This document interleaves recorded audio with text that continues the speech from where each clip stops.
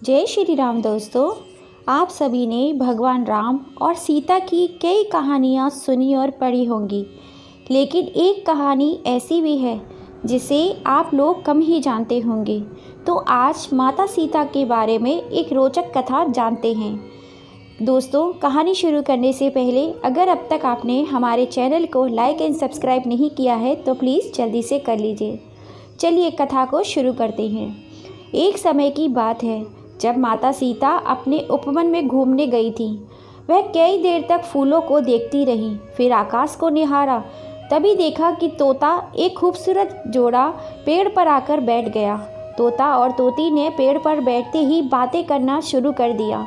तोती बोली, क्या आपको पता है स्वामी, अयोध्या में श्री राम का जन्म हो चुका है। ये वही श्री राम है जिनका विवाह माता सीता से संपन्न होगा। तोता ने उत्तर दिया, हाँ पता है प्रिय, रामचंद्र जी का जन्म हो चुका है और उनका विवाह माता सीता से होगा। यही रामचंद्र जी इस धरती पर 11,000 वर्ष तक राज करेंगे। सीता जी के पिता राजा जनक स्वयंवर रचाएंगे। इस स्वयंवर में खूब सारे राजा महाराजा दूर दूर से आएंगे। वह सभी राजा जनक द्वारा रखे गए धनुष को तोड़ने में असमर्थ होंगे।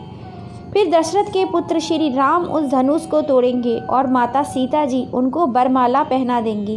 सीता जी उनकी बातों को ध्यानपूर्वक सुन रही थीं। सीता जी को बहुत उत्सुकता हुई अपने भविष्य को जानने की। वह उन दोनों के पास गई। जब उन दोनों ने सीता माता को आते हुए देखा तो वे दोनों डर गए और वे डर के मारे उड़ने को तैयार ही थे कि अचानक सीता जी ने उन दोनों को रोक लिया। सीता जी ने उन दोनों से कहा, दोनों को डरने की बिल्कुल भी ज़रूरत नहीं है। सीता जी ने उन दोनों को आश्वासन दिया कि वही जनक पुत्री सीता हैं। उनकी बात सुनकर तोता तोती को चैन आया।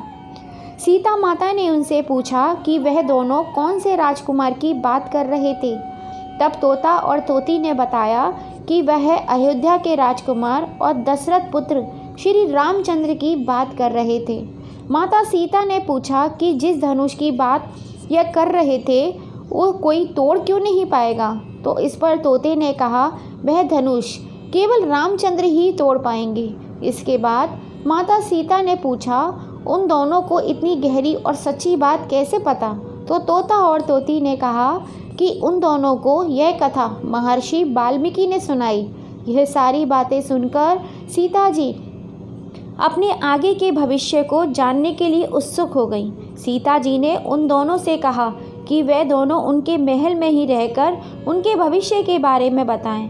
तो इस बात पर तोते ने कहा कि क्योंकि उसकी पत्नी गर्भवती है इसलिए वे अभी तो महल नहीं चल सकते, लेकिन बच्चे के जन्म के पश्चात वे दोनों सीता जी के महल ज़रूर आएंगे।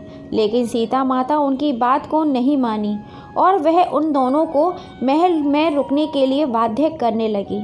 जब वह दोनों सीता जी की बात नहीं माने तो सीता माता ने उस तोती को कसकर पकड़ लिया। तोती ने कहा कि कृपा करके सीता माई मुझे छोड़ दीजिए। तोते ने भी बहुत गुहार लगाई पर सीता जी ने नहीं मानी। वह तोती को अपने राजमहल ले जाने के लिए उड़ गई।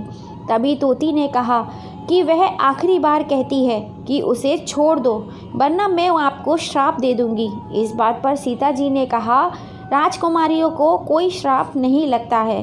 अंत में तोती ने श्राप दे दिया।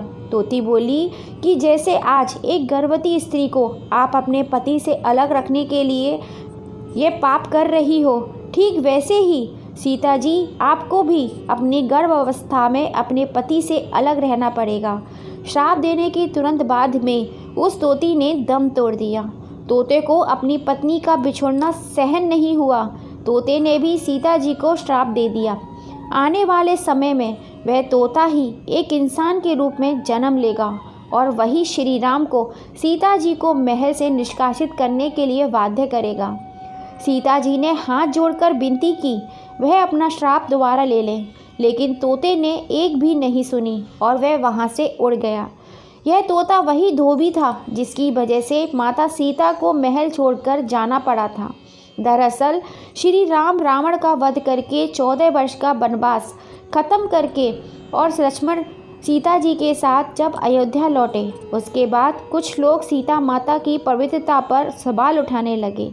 एक धोबी ने भरी सभा में माता सीता की निंदा की।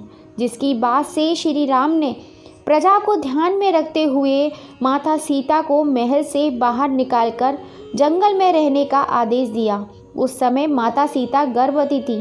वाल्मीकि के आश्रम में अपने दोनों पुत्र लव-कुश को जन्म दिया।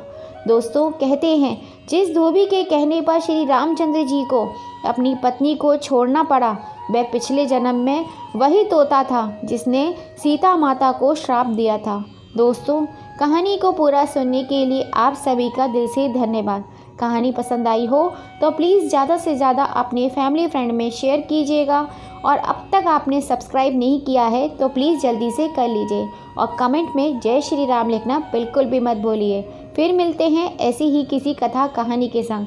जय श्री राम दोस्तों।